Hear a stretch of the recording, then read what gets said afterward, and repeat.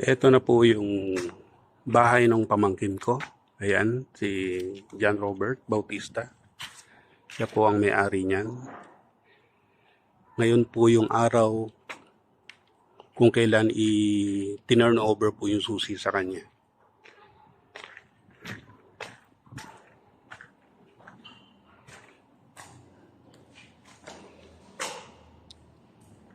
Ayan po ang kabuuan ng bahay.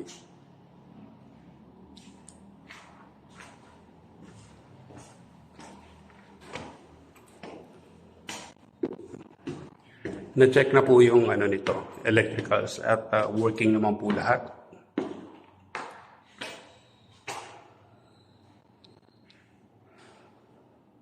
Yan, pwede po siya. Provision for 2 bedrooms.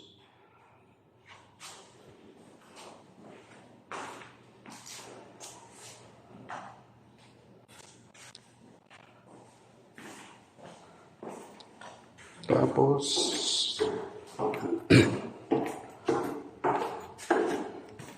yan, may ibasag yung window glass.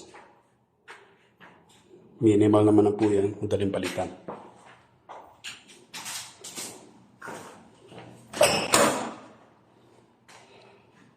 CR is okay. May tiles na rin.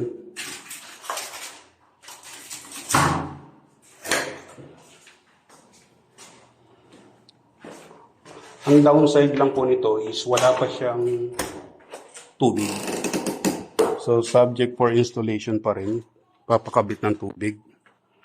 Na makikita niyo wala pang gripo.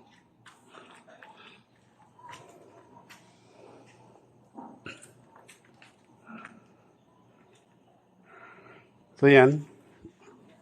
So far so good. Turnover na yung susi. At para doon sa mga interested po na gustong isaluhin ang property na ito, you can always contact me sa description below. Thank you so much and God bless.